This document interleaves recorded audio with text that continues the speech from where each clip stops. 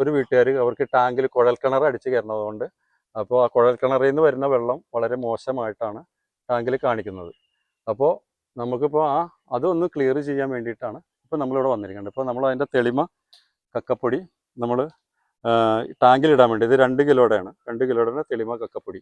അപ്പോൾ ഇത് നമ്മളിപ്പോൾ ടാങ്കിലിട്ട് കഴിഞ്ഞ് കഴിഞ്ഞാൽ ടാങ്ക് pH കറക്റ്റാവും. അപ്പോൾ വെള്ളത്തിൻ്റെ കളർ വ്യത്യാസം ക്ലിയർ ചെയ്യും. അപ്പോൾ നമുക്ക് ടാങ്കിലിടാം.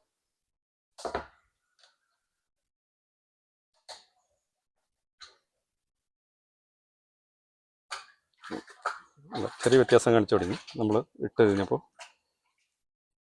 നമ്മൾ ഇതിൽ കെട്ടി ടാങ്കിൻ്റെ അടിയിൽ ടാങ്കിൻ്റെ അടി മുട്ടാതെ നമ്മളൊരു സെൻറ്റർ കണക്കാക്കിയിട്ട് ഇത് കെട്ടി 2 കുലുക്ക് കുലുക്കിയിട്ട് ഇടുക.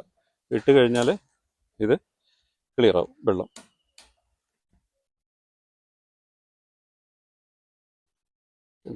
ചെറിയ കളർ വ്യത്യാസം കാണിക്കുന്നുണ്ട്, ചെറിയ കളർ വ്യത്യാസം കാണിക്കുന്നുണ്ട്. ഓക്കെ, ഇപ്പോൾ ടാങ്കിൽ നമ്മൾ ഇത് ഉപയോഗിച്ച് കഴിഞ്ഞാൽ pH കറക്റ്റാവും. നമുക്കിത് വെള്ളം ഒന്നും കൂടി നമുക്ക് ശുദ്ധീകരിച്ച് വെള്ളം കിട്ടും. കുഴൽക്കിണറിൽ നിന്ന് വന്ന വെള്ളം ചിലപ്പോൾ അഴുക്ക് വെള്ളമായിരിക്കും, കലങ്ങി മറിഞ്ഞ വെള്ളമായിരിക്കും കുഴൽക്കിണറിൽ നിന്ന് വരുന്നത്. അപ്പോൾ അത് നമ്മൾക്ക് ഇതിലടിച്ച് കയറ്റുമ്പോൾ ഇതിൽ നമ്മൾ 2 കിലോ ഇട്ട് കഴിഞ്ഞ് കഴിഞ്ഞാൽ സംഭവം ക്ലിയർ ആവും, pH കറക്റ്റാവും, വെള്ളം ക്ലിയർ ആവും.